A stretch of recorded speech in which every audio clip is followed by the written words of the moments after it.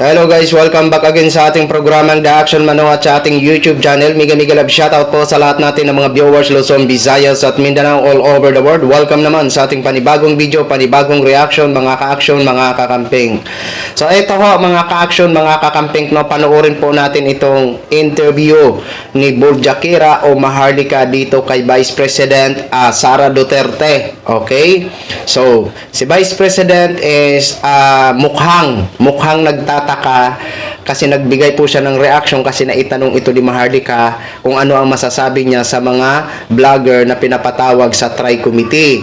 Okay? So ngayon, nag-react din po ito si Vice President kung bakit daw yung vlogger na naninira sa kanya na hindi naman daw totoo is wala doon sa Tri-Committee. Dapat siguro kung para sa kanya, dapat ipatawag din at pasagutin kung bakit ginawa niya yon. So ito po mga ka-action, pakinggan po muna natin itong interview niya dito kay interview pala ni Maharlika dito kay Vice President Sara Duterte. Bibi Sara, aware ba si former President Duterte na milyong-milyong Pilipino ang nag-gather ngayon and in the past sa kanyang birthday? Yes, ma'am. Wow! Pinadala po namin kanina sa abogado Okay. yung pictures ng Davao City. Dahil kasi yun lang meron akong pictures. But ang naintindihan ko, buong Pilipinas ang nagse-celebrate ngayon ng birthday niya. Buong mundo. Yeah. Buong mundo nagse-celebrate ngayon ng birthday niya. Ang pinadala ko sa abogado, and sabi ng abogado, there is a system doon sa loob na ina-upload yan sa laptop ng detainee at nakikita niya doon ang mga letters, ang mga photos, ang mga videos na pinapadala ng mga family members, and I think allowed din ang mga footage ng supporters. Yeah. May message po ba siya sa government sa ginawa sa kanyang illegal Oh, wait lang. Milyon-milyon ba talaga ang ang nagtipon-tipon kahapon? Kasi ang estimate ko nga ho, yung crowd sa Davao kasi may drone shot. Sabi ko nga mahigit siguro to isang daang libo. Oo, estimated ko po 'yun. Kasi ganun ka-crowd ho mga ka-action. Pero kung 'yun ang pananaw nila na feel nila is milyon-milyon ang nagtipon-tipon kahapon, wala ho tayong magagawa, sa kanila po yun, no? So ito ho, pagpatuloy ho natin ito mga ka-action. kidnapping? Wala, ma'am. We never mentioned sa the administration. But up to the last minute, he always said, and he told So everyone, that para organize po tayo, yung mga taong nandiyan, please, proceed po tayo sa Sasabi. para hindi po tayo magulo. Are you aware po na yung mga supporters ninyo ay ginigipit ng Congress at gustong ikulong? Yes, ma'am. Opo. Actually, may nagpadala sa akin na retired PNP personnel. Sabi niya sa akin na on the days leading to the campaign, papahirapan talaga ang mga tao na tumutulong sa inyo. Kaya sabi niya, sabihan mo yung mga kaibigan ninyo at mga supporters ninyo na kung ano man yung mga kailangan nila i-comply sa mga government offices, BIR, Bureau of Customs, DFA, lahat ng mga merong negosyo na kailangan may compliance, ay i-comply nila because ang sabi ay papahirapan, kung hindi man papahirapan ay isasara talaga ang Ang mga business. Pero right now po yung mga vloggers or content creators talaga na sumusuporta sa inyo ay talagang tina-target sila. Yes, ma'am. Isa din yan sa ginagawa ko sa mga kaibigan, mga supporters, at mga kababayan natin. Ang nakita ko lang dyan, ma'am, noong sinimulan yung hearing, about vloggers at kung ano ang limitations ng isang tao sa freedom of speech ay ang dami pong vloggers na lumabas na naglabas ng hindi talaga totoo na bagay sa akin. Yeah. Katulad noong basketball. Yes. vloggers na naglabas ng paninira at walang basihan, walang ebidensya at hindi totoo na nakakasira ng pangalan ko. Yeah. Pero bakit wala Sila doon. sa hearing? Yeah. So bakit ang mga pinapatawag ay mga vlogger na sumusuporta sa opisina ko, sa akin, as Vice President, wala man lang kahit isang vlogger Yeah. na tinawag para pasagutin kung bakit mo binastos yung pagkatao. Yeah. Pipi Sara, panghuli na lang. Kasi isa ako sa mga... Wait lang mga ka-action. Yung basketball player daw na nababanggit ni Vice, may mga nag-content nga niyan mga ka-action. Alam nyo na kung sino. Sabi ko nga, ano po, napakahirap po talaga. Kasi very personalan po yan pag ganyan mga ka-action. At lalong-lalo kung wala kang sapat na batayan, delikado ka po dyan. May mga nag-content po talaga niyan. Alam ko na napanood nyo kung sino ang mga nag-content regarding sa basketball player. Okay? Na-content po talaga niya. Na-content po talaga ng mga vlogger yan. Okay? Pero ako, hindi ko pinasukan yan kasi ayaw ko naman ng personalan. Kasi personal po yan mga ka-action eh.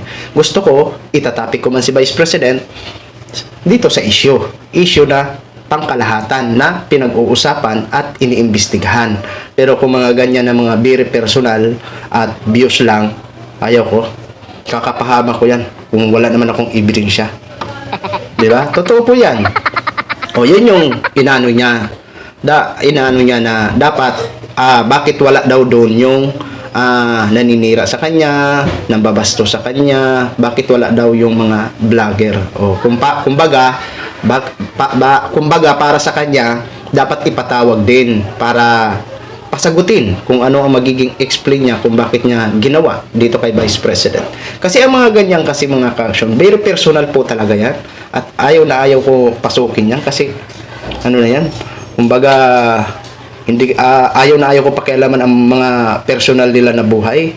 Ako dito lang tinatapik ko naman si Vice pero issue talaga na itong mga iniimbestigahan ng mga confidential fund. Oo, 'di ba? Pero yan yung kasi yung nabanggit niya na basketball player, mahirap pasukin yan. Mahirap pasukin yan. Lalong-lalo wala ka man sapat na batayan, puro lang haka-haka. Delikado ka diyan. Nako, patay. Tuloy ho natin 'to. Mga tina-target no ng Marcos administration at sinasabi nila na ako ay fake news. Gusto ko lang po bigyan ng diin sa inyo, samantahan ko na yung pagkakataon. Isa sa in-expose ko yung pag-kidnap sa 2 minor age ng isang kababayan natin. Nandito siya ngayon, si Mishina Makapinig. Gusto ko lang sabihin sa harap ng mga tao kasama na Si Maharlika po itong nagtatanong nag-interview kay Vice, si Maharlika, si Buljakera. ng mga media na hindi po fake news yon dahil yung biktima mismo ay nandito. At na-interview na rin po natin na isa siya bago ang Pangulong Duterte actually na kidnap, yun yung nakikita naman ng tao, ay siya muna, yung 2 minor de edad niya. And I hope yung ating mga kaibigan sa media ay sana naman pag-usapan yung gano'n kasi issue yan ng Pilipino, ang kidnapping. Totoo yan, ma'am. Yeah. It is actually an item inside the armed forces of the Philippines. Yes, It is there is a record inside. true. The but somehow nobody seems to exact accountability and transparency for what happened to the children and to that kidnapping of minors in Turkey, which was led by officials inside the Philippine government. Yes. Okay. So, yun na ho mga ka-action, mga kakamping no, ang naging reaction or komento ni Vice President Sara Duterte tungkol sa mga pinapatawag na mga taga-suporta nila ng mga DDS vlogger sa Tri-Committee at nag-react din po siya sa mga naninira sa kanya ng mga vloggers. Ayan. Doon sa mga vloggers niya na pinapatawag sa na nagharap doon sa Tri-Committee is aminado naman sila na fake news sila, okay? Kasi ang hangad lang naman ng Tri-Committee is tuldukan ho itong mga nagpapakalat ng mga maling impormasyon. Kasi nga, nakakasira po yan sa isang tao. Kung hindi naman totoo, huwag ka nang gumawa ng mga bagay na ikakapahamak mo. Okay? So, yun lang po ang naging hirit ni Vice President na bakit wala doon yung mga vlogger na naninira sa kanya o nambabastos na hindi naman daw totoo. Iwan ko kung ano magiging sagot niya ng ng tri-committee kung mapanood po ito, no? So, payo ko lang po sa ating mga content creator, no? Ito in my own na lang ha, in my own.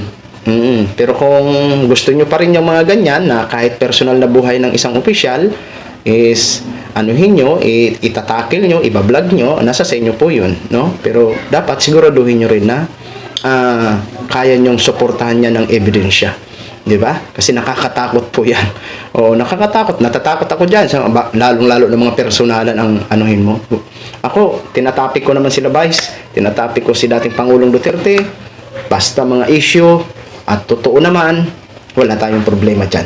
Hindi po tayo nababahala dahil nababalita naman at lagi po tayo sa mainstream media kumukuha ng mga balita at sa atin second opinion lang. Pero yung personalan na atake, ayaw na ayaw ko pasukin yan. Delikado yan. Okay, so yun lang ho mga ka-action, mga kakamping knog, share ko lang ho sa inyo. Maraming salamat po sa ating mga viewers Luzon, Visayas at Mindanao all over the world. Ako po ang inyong lingkod, si The Action Man. Have a good day, everyone. Beautiful.